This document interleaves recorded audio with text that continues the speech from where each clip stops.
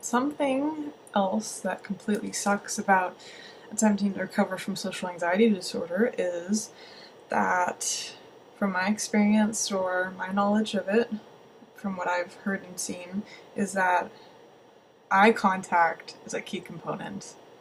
And any of you other people with social anxiety disorder are probably screaming internally like, no, why? Why that of all things? It's like, that's really hard, you know? And it's like, at the very least, maybe not necessarily eye contact, but being able to look at people. And it's terrible because it's like, that's one of the hardest things, I think, for, at least from what I think, for people with social anxiety disorder. It's like, this basically feels like asking the impossible. It's like, but if I look at people, I get feedback, and I'm vulnerable, and I'm afraid, and I don't want to see what people think of me. I don't want to see the negative reaction. I don't want to see, and you're hiding. You're just like, oh my god, I'm safe. It's like, put your head in the sand like, I'm safe if I can't see the negative feedback. I'm safe if I don't look at people and I don't have to engage them. I can stay safe. But there's multiple problems here, which is, the problem is that to feel it's, as annoying as it is, eye contact is kind of required for feeling a good emotional intimacy in a way. It's like, sure, you can have it without it, but I just mean it really helps to create a kind of nonverbal communication.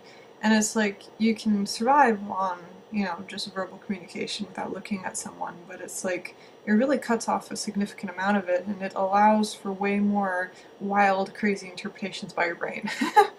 And so it's like, it's like annoying as heck to have to work on something like that, as I said, because it feels so dang impossible. But see, I'm getting distracted. So eye contact, yes. So that is like one of the hardest things for me right now, and it's like really, really, really hard for me. I can hardly look at a camera.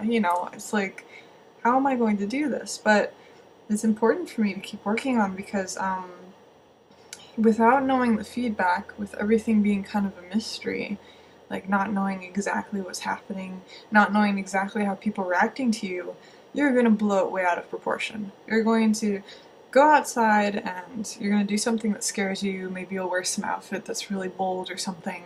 And if you go outside and you are like hiding and you're like avoiding eyes and you're just like freaking out, which is okay, and that's totally okay, but if you're not looking at anyone, you'll never see the people who smile at you. You'll never see the people who aren't judging you.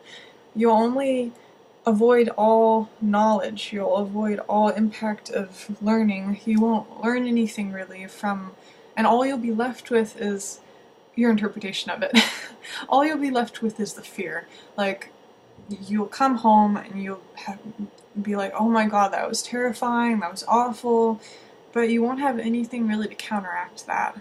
Unless you've like built some really good self-talk and like counters to the thoughts you get, it's like, you're not going to have much feedback to prove you wrong. It's like, all you'll have is yourself trying to convince yourself that your anxiety is an overreaction. But it's like, that's not very effective. It's like, it's way more effective to be like, some people are going to judge me, some people are going to look at me funny, but look, a lot of people didn't. Like, that person smiled at me, that person probably wasn't judging me in a bad way, because why would they smile at me if they were judging me in a bad way?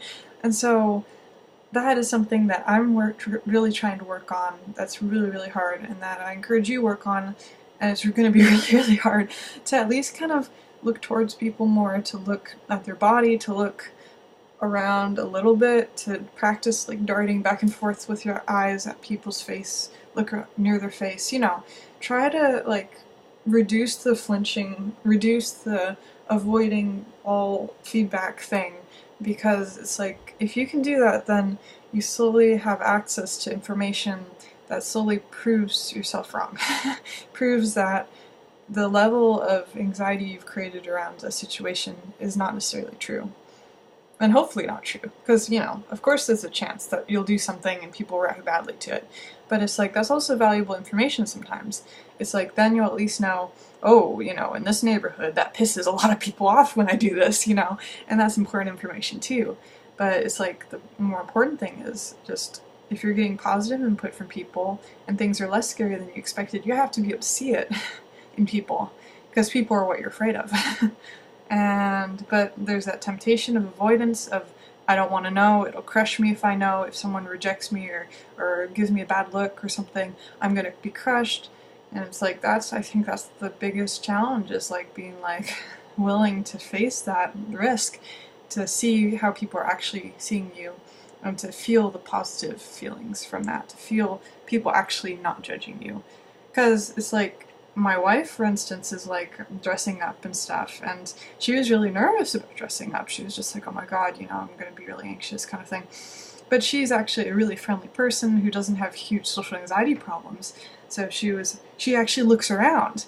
And when she was looking at people's faces, she was like, oh, people are smiling at me today. Like, oh, like, it's not as bad as I thought. They're not judging me. And I'm just like, it's like, that's what I need to be doing, but it's so freaking hard.